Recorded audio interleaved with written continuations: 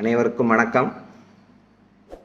உயர்நலம் என்ற இந்த அற்புதமான தலைப்பிலே lofty thoughts we have been discussing about Robert Browning's Rabbi Ben EZRA, a wonderful poem, an optimistic poem, which is giving lofty thoughts, optimistic thoughts which will be elevating us, and we will be really motivated. Certainly we will be motivated by reading Robert Browning's Rabbi Ben EZRA. We will see the 9th stanza now. Yet gifts should prove their use. I own the past profuse. Yet gifts should prove their use. I own the past profuse. Of power each side, perfection every turn. Eyes, ears took their dole. Brain treasured up the whole.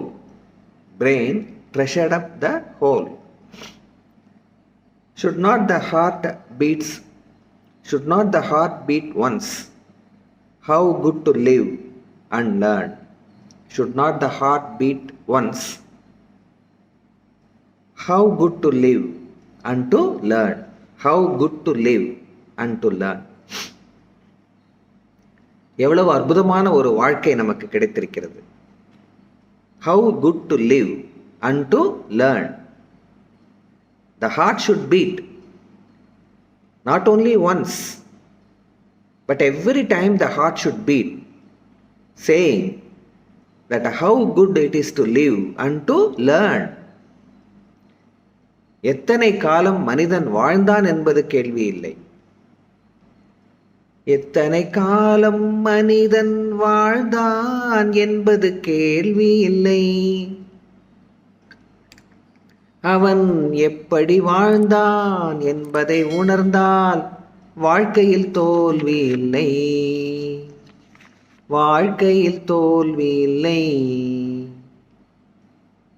தாய் மேலானை, தமிழ் மேலானை, குருடர்கள் கண்ணை திறந்து வைப்பேன்.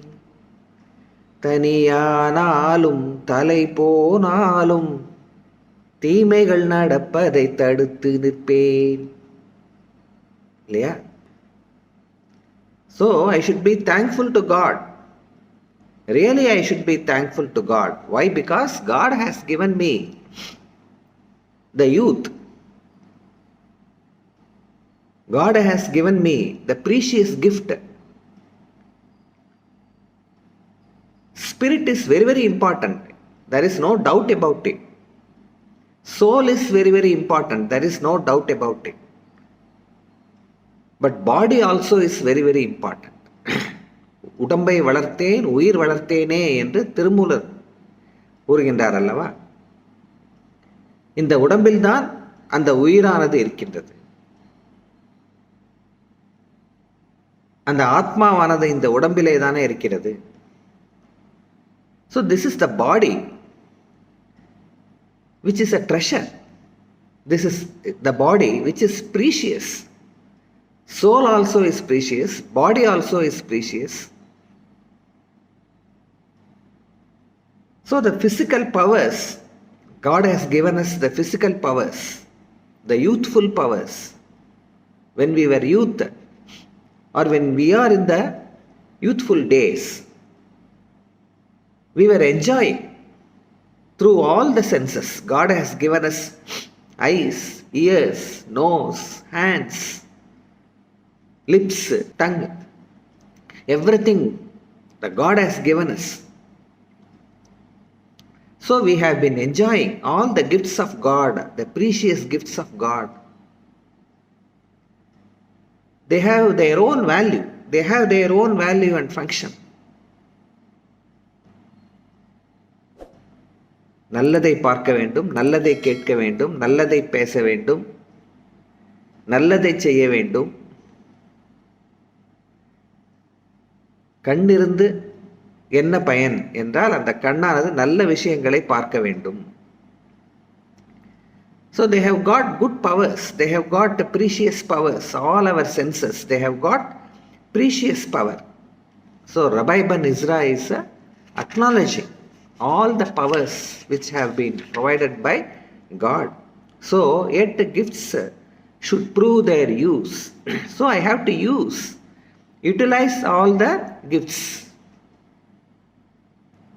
I own the past profuse. In the past, in my youth, I have enjoyed so many things. I have seen so many things. I have gone to so many places. இளமை காலங்களிலே தான் நாம் இந்த வாழ்க்கையை நல்ல முறையிலே அந்த இளமைக்கே இருக்கக்கூடிய ஒரு தைரியத்தோடு ஒரு மிடுக்கோடு நாம் அந்த இளமையை ரசித்திருப்போம் அல்லவா? ஒரு மனிதனுடைய வாழ்க்கை 4 பெட்டிகளாக ஒப்பிடலாம். 15 20 வயசு வரைக்குங்க, அது ஒரு தீப்பெட்டி வாழ்க்கை. 15 25 வயது வரையிலே வைத்துக் கொள்ளலாம், அது தீப்பெட்டி வாழ்க்கை. 25 வயதிலிருந்து 35 வயசு வரைக்கும் பார்த்தீங்கன்னா நகைப்பெட்டி வாழ்க்கை.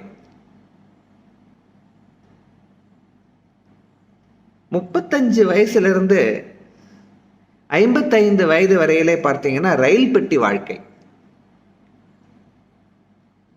55 வயதிற்கு மேலே சவப்பெட்டி வாழ்க்கை. 15 25 வயசு வரைக்கும் தீப்பெட்டி வாழ்க்கை. 25 35 வயது வரைக்கும் பார்த்தீங்கன்னா நகைப்பெட்டி வாழ்க்கை. 35 55 வயசு வரைக்கும் பார்த்தீங்கன்னா ரயில் பெட்டி வாழ்க்கை. 55 வயதிற்கு மேலே சவப்பெட்டி வாழ்க்கை. அந்த இளமை காலங்களிலே அந்த மனிதனுடைய வாழ்க்கை எப்படி இருக்கிறது என்றால் ஒரு நகைப்பெட்டி போல இருக்கிறது. 15 வயது வரை, 15 முதல் 25 வயது வரையிலே தீப்பெட்டி வாழ்க்கை. உரசி உரசி உரசி உரசி பார்க்க வேண்டும். கல்வியை கற்கக்கூடிய வயது. உரசி உரசி பார்த்த அந்த கல்வியை, நல்ல கல்வியை, தரமான கல்வியை கற்க கசடர கற்பவை கற்றபின் நிற்க அதற்கு தக என்று சொல்வது போல உரசி உரசி பார்த்து தீப்பெட்டி வாழ்க்கை 25 வயது வரையிலே. 25 வயது வரை வாழ்ந்த தீப்பெட்டி வாழ்க்கைக்கு அப்புறம் பார்த்தீங்கன்னா 25 35 வரைக்கும் நகைப்பெட்டி வாழ்க்கை. இளமை காலம். அழகான மனைவி, நல்ல பிள்ளை, நல்ல குடும்பம், தெய்வீகம் என்று சொல்வது போல ஆடைகள், அணிகலன்கள், ஆபரணங்கள், அழகான மனைவி, செல்வங்கள், செழிப்புடன் வாழக்கூடிய வாழ்க்கையை, இன்பத்தை நுகர்ந்து நுகர்ந்து வாழக்கூடிய நகைப்பெட்டி வாழ்க்கை. அப்புறம் பார்த்தீங்கன்னா ரயில் பெட்டி வாழ்க்கை. 35 வயசுக்கு மேல எல்லாத்தையும் சுமந்து கொண்டு செல்லக்கூடிய, பாரங்களை எல்லாம் தாங்கிக் கொண்டு சுமந்து செல்லக்கூடிய நகைப்பெட்டி வாழ்க்கை. இந்த மாதிரி மனிதனுடைய வாழ்க்கை இருக்கிறது. நதி இருக்கிறது அல்லவா? நதி போன்றுதான் வாழ்க்கை. நதி அப்படியே நேரா ஓடிக்கிட்டே இருந்ததுன்னா அது பார்க்கறதுக்கு அழகா இருக்காது. அது அப்படியே வளைஞ்சி வளைஞ்சி வளைஞ்சி போனாதான் அதுல ஒரு அழகு இருக்கிறது. அதனால்தான் வாழ்க்கையும் அப்படித்தான். தாமரை இலையிலே உருண்டோடி வரக்கூடிய பனித்துளியை போன்றது வாழ்க்கை என்று சொல்கிறார். அப்படியே உருண்டு உருண்டு உருண்டு உருண்டு வரும் அந்த பனித்துளி. பார்த்தீங்கன்னா நதி அப்படியே வளைஞ்சி வளைஞ்சி வளைஞ்சி வளைஞ்சி ஓடும். அதுதான் பார்ப்பதற்கு அழகு. புரியுதுங்களா? அதே போலதான் இந்த Robert browning, what he says, you have to be thankful to God for the precious gifts he has given to us. அந்த இளமை காலங்களிலே நாம் அனுபவித்த அந்த அறிவு, கற்றுக்கொண்ட அந்த பாடங்கள், உரசி உரசி பார்த்து தீப்பெட்டி போன்று நாம் இருந்து அந்த காலங்களிலே நாம் வாழ்ந்த வாழ்க்கை, நமக்கு கிடைத்த எக்ஸ்பீரியன்சஸ். நல்ல பேரை வாங்க வேண்டும் பிள்ளைகளே, நம் நாடு என்னும் தோட்டத்திலே நாளை மலரும் முல்லைகளே, கிளி போல பேசு, இளங்குயில் போல பாடு, மலர் போல சிரித்து நீ குரல் போல வாழு. இது போன்ற நல்ல கருத்துக்களை நாம் சுவாசித்து, நேசித்து, பாவித்து, படித்து, உரசி பார்த்து நமக்கு கிடைத்த அந்த experiences, with all the experiences which we have got in our life, in our youth, they are all the gifts which have been provided by God. இன்பம் மட்டும்தான் வாழ்க்கை என்பதில்லை. துன்பத்திலிருந்து தான் நாம் அதிக அளவு we are learning so many things only from the failures, only from the troubles. இந்த வளைந்து வளைந்து செல்லும் போதுதான் நாம் பட்டை தீட்டப்படுகிறோம், உருவாக்கப்படுகிறோம். அந்த எண்ணங்கள் எல்லாம் வலிமையாக ஆகின்றன. அதனால்தான் Robert browning is welcoming the failures. Robert browning is welcoming the challenges. Robert Browning is welcoming the difficulties. So we have to welcome the difficulties. So, eyes, ears took their dole in our youth. We have enjoyed through our eyes, through our ears. All those things we have to make use of in our old age. They are the foundations. They are the founding fathers. They are the pillars with which all our future life is built. So we have to acknowledge the early part of our life. Youth actually is a blessing. So it is only because of the youth we have developed profusely and we have perfected the powers of the senses. So sensual inclinations, sensual pleasures we have enjoyed, sensual inclinations we have addressed in our youth. அதை நீங்கள் செம்மைப்படுத்திக் கொள்ள முயற்சித்திருக்கிறீர்களா? செம்மையான ஒரு வாழ்க்கை, அந்த controlled census, உணர்ச்சிகள் எல்லாம் பெருக்கெடுத்து ஓடக்கூடிய அந்த இளமை காலங்களிலே எப்படி உங்களுடைய உணர்ச்சிகளை கட்டுப்படுத்தி கொண்டு நெறி பிறழாமல் அழகாக அதை என்ஜாய் பண்ணி நீங்கள் வாழ்ந்திருக்கீங்க அப்படிங்கிறது தான் முக்கியம். சில பேர் என்ன பண்ணுவாங்க, இளமை காலங்களில் they would have wasted their senses. They would have wasted their sensual desires and pleasures. They would have got many deviations, distractions. They would not have controlled their senses. They would not have got their directions, proper directions. அப்படியே தறிக்கெட்டு ஓடி இருப்பாங்க. அந்த feelings, அந்த census, அந்த sensual desires, இவையெல்லாம் கொடுக்கக்கூடிய அந்த தவறான ஒரு டைரக்ஷனில் அவங்க போய் வாழ்க்கையவே இழந்திருப்பார்கள். ஆனால் இந்த இளமை காலங்களிலே நீங்கள் எப்படி இந்த வாழ்க்கையை பயன்படுத்தி கொண்டிருக்கின்றீர்கள்? சரியான வழியிலே போனீங்களா? அப்படி போய் அந்த கண்ட்ரோல் பண்ணியிருந்தீங்க அப்படின்னா அந்த census would have given you so much of lessons. So for that lessons you should be very, very thankful to your youth. Physical organs, through your physical organs you would have got so many pleasures. Those pleasures are very, very precious. அந்த இன்பங்கள், மகிழ்ச்சி, அவற்றையெல்லாம் கடைசி வரையிலே நாம் நினைத்து பார்க்கக்கூடிய அளவிற்கு அவை இருக்க வேண்டும். விஞ்ஞான மேதை ஐன்ஸ்டீன் கிட்ட போய் ஒருத்தன் கேட்டான், வாழ்க்கையிலே வெற்றி பெறுவது எப்படிங்கய்யா அப்படின்னு போய் கேட்டான். அவர் ஒரு விஞ்ஞானி தானே, ஈக்குவேஷன் போட்டு சொல்லிட்டாராம். வாழ்க்கையிலே வெற்றி பெறுவது எப்படி அப்படிங்கிறதுக்கு ஒரு ஈக்குவேஷன் போட்டு கொடுத்துட்டாராம்.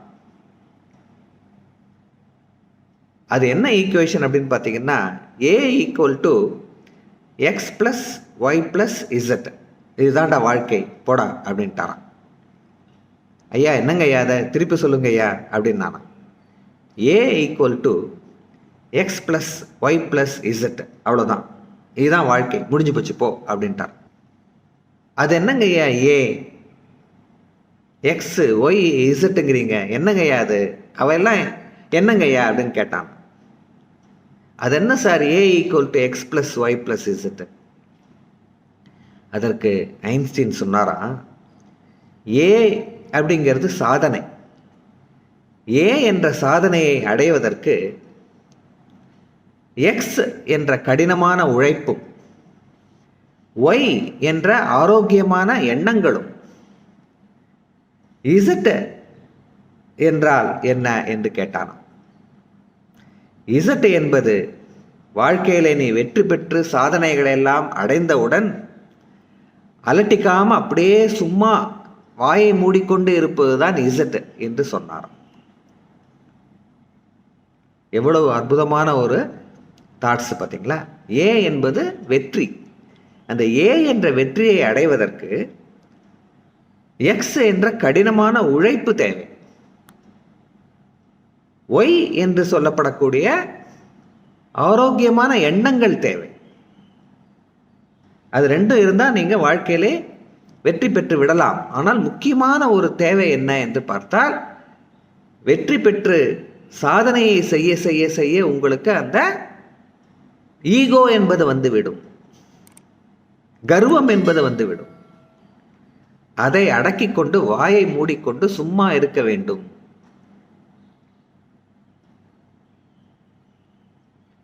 என்று ஐன்ஸ்டீன் ஒரு முறை கூறினார். அதுபோல கடினமான உழைப்பு தான் தேவை. முதலிலே நமக்கு தேவைப்படக்கூடிய விஷயம் என்னவென்றால் கடினமான உழைப்பு.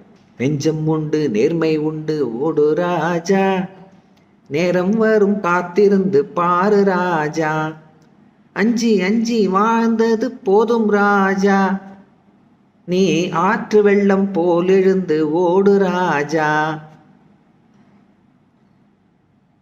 So it is enough of all the fears. You don't have any fears. Fears actually is equivalent to death. You have hopes. Hopes are equivalent to life. So நெஞ்சம் உண்டு, நேர்மை உண்டு என்று ஓடிக்கொண்டே இருக்க வேண்டும். அண்ணாந்து பார்க்கின்ற மாளிகை கட்டி, அதன் அருகினில் ஓலை குடிசை கட்டி, பொன்னான உலகென்று பெயரும் இட்டால் இந்த பூமி சிரிக்கும், அந்த சாமி சிரிக்கும். So you should have lofty thoughts. அண்ணாந்து பார்க்கின்ற மாளிகையை கட்டி வைத்துவிட்டு அதன் அருகிலே ஓலை குடிசையும் கட்டிவிட்டு இதுதான் பொன்னான உலகம் என்று சொல்லிக் கொண்டிருக்கின்றோமே, இதில் என்ன உயர்வு இருக்கிறது, இதில் என்னப்பா உயர்வு இருக்கிறது என்று நாம் எண்ணி பார்க்க வேண்டும். So these are the days in which we have to think about what is actually the social situation, what is actually the sociology, what is humanism. மனித நேயம் என்றால் என்ன, சோசியலிசம் என்றால் என்ன, ஏற்றத்தாழ்வுகள் இருக்கின்றதே இந்த உலகத்திலே, அதை நாம் களைய வேண்டாமா, நேர்மையாக நாம் செயல்பட வேண்டாமா, நெஞ்சம் என்று ஒன்று இருந்தால் அதிலே நேர்மை என்ற ஒன்று இருக்க வேண்டாமா, நேர்மை இருந்தால் பயப்படவே தேவையில்லையே, அஞ்சவே தேவையில்லையே, ஆற்று வெள்ளம் போல நாம் ஓடிக்கொண்டே இருக்கலாமே. அந்த ஆறு வளைந்து வளைந்து தான் ஓடும், அதுதான் அதற்கு அழகு. அது வளைந்து ஓடுகிறதே என்று அந்த வளைவதற்கு நாம் கஷ்டப்பட்டால், வளைவதற்கு நாம் சோம்பேறித்தனப்பட்டால், முயற்சி எடுக்காமலேயே நாம் வாழ்ந்து கொண்டிருந்தால் எப்படி நாம் வாழ்க்கையிலே வெற்றி பெற முடியும் என்பதைத்தான் Albert Einstein A = x + y + z என்ற அற்புதமான அந்த கருத்தை நமக்கு கூறியிருக்கின்றார். So you have to be very, very, very happy about the precious gifts of your youth. இந்த இளமையிலே அந்த சென்சஸ், அந்த உணர்ச்சிகள் எப்படி உங்களை வழி நடத்துகின்றன என்பதுதான் முக்கியம். நீங்கள் உணர்ச்சிகளை வழி நடத்துகிறீர்களா அல்லது உணர்ச்சிகள் உங்களை வழி நடத்துகிறதா என்பதுதான் முக்கியம். உணர்ச்சி உங்களுக்கு அடிமையாக இருக்க வேண்டுமே தவிர நீங்கள் உணர்ச்சிக்கு அடிமையாக ஆகக்கூடாது. நல்லதோர் வீணை செய்தே அதை நலங்கெட புழுதியில் எறிவதுண்டோ, சொல்லடி சிவசக்தி என்னை சுடர்மிகும் அறிவுடன் படைத்து விட்டாய் என்று பாரதியார் கேட்கின்றார். அறிவை எனக்கு கொடுத்து விட்டாய், அறிவை கொடுத்து விட்டு ஏன் எனக்கு உணர்ச்சியையும் கொடுத்தாய் என்று பாரதியார் கேட்கின்றார். சொல்லடி சிவசக்தி என்னை சுடர்மிகும் அறிவுடன் படைத்து விட்டாய். இந்த வீணை என்ற உடம்பு, அருமையான உடம்பை நீ கொடுத்திருக்கின்றாய். அந்த உடம்பை, அதை புழுதியில் எறியலாமா? உணர்ச்சிக்கு ஆட்பட்டு அந்த உணர்ச்சி என்ற சாக்கடையிலே நாம் விழலாமா? புழுதியிலே நாம் விழலாமா? அந்த வீணையை புழுதியிலே எரிந்து விடலாமா? அறிவு இருக்கிறதல்லவா, அந்த அறிவை பயன்படுத்த வேண்டாமா? உணர்ச்சி வேகம் பெருக்கெடுத்து ஓடும்போது, உணர்ச்சி வெள்ளம் பெருக்கெடுத்து ஓடும்போது அறிவு என்ற அணையை போட்டு அந்த உணர்ச்சியை தடுக்க வேண்டாமா? அப்பொழுதுதானே அந்த வீணை அழகான பாடலை, இசையை நமக்கு மீட்டிக் கொடுக்கும் என்று பாரதியார் அற்புதமாக அந்த பாடலிலே கேட்கின்றார் அல்லவா. அதனால் இந்த உடம்பு என்று சொல்லப்படக்கூடிய இந்த வீணையை நாம் மீட்டுவதற்கு, நல்ல இசையை அந்த வீணையானது கொடுக்க தயாராக இருக்கின்றது. அதை உணர்ச்சி என்று சொல்லப்படக்கூடிய அந்த senses, sensual attractions, sensual desires, sensual feelings, தரிகெட்டு ஓடக்கூடிய சென்சுவல் ஃபீலிங்ஸ் என்று சொல்லப்படக்கூடிய அந்த குப்பையிலே நாம் விழக்கூடாதல்லவா. அதான் proper direction. How you have led your senses in the proper direction. This is very important in the youth. இளமை காலங்களிலே இதுதான் முக்கியமான ஒரு வேலையாக உங்களுக்கு இருக்க வேண்டும். You have to properly direct and control your senses. And your intellectual ability and your learning capacity should lead, should control the senses. Sensual pleasure இருக்க வேண்டும். கண்ணால் அழகான காட்சிகளை பார்க்க வேண்டும், காதால் இனிமையானவற்றை கேட்க வேண்டும், சுவைக்க வேண்டும், ருசிக்க வேண்டும். There is no doubt about it. But there should be some limit. அந்த எல்லை கடக்கக்கூடாது, எல்லை மீறக்கூடாது. எல்லை மீறாமல் அந்த இன்பங்களை நாம் ரசிக்க வேண்டும், ருசிக்க வேண்டும், பார்த்து ரசிக்க வேண்டும், மகிழ வேண்டும், இல்லையா?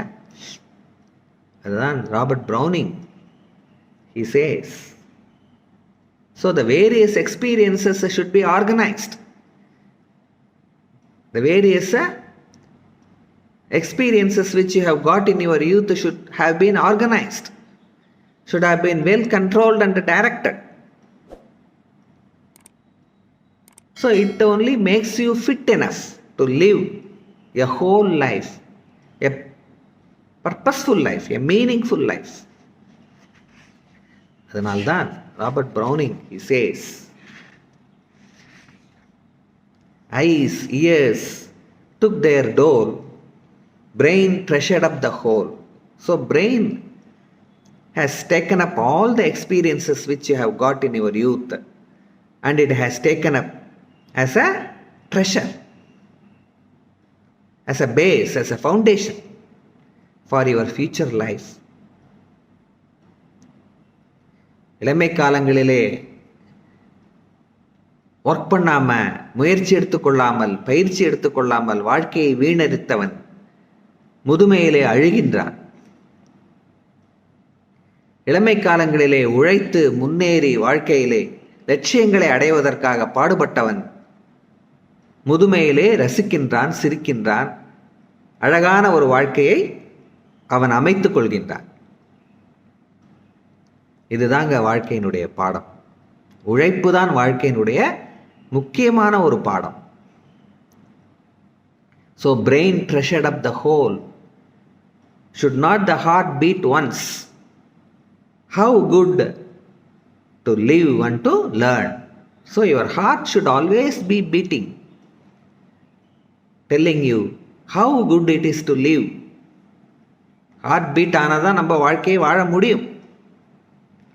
அந்த ஹார்ட் பீட் ஆகும்போது அந்த ஹார்ட் உங்களுக்கு சொல்லிக்கிட்டே இருக்கணுமா, how good it is to live and to learn.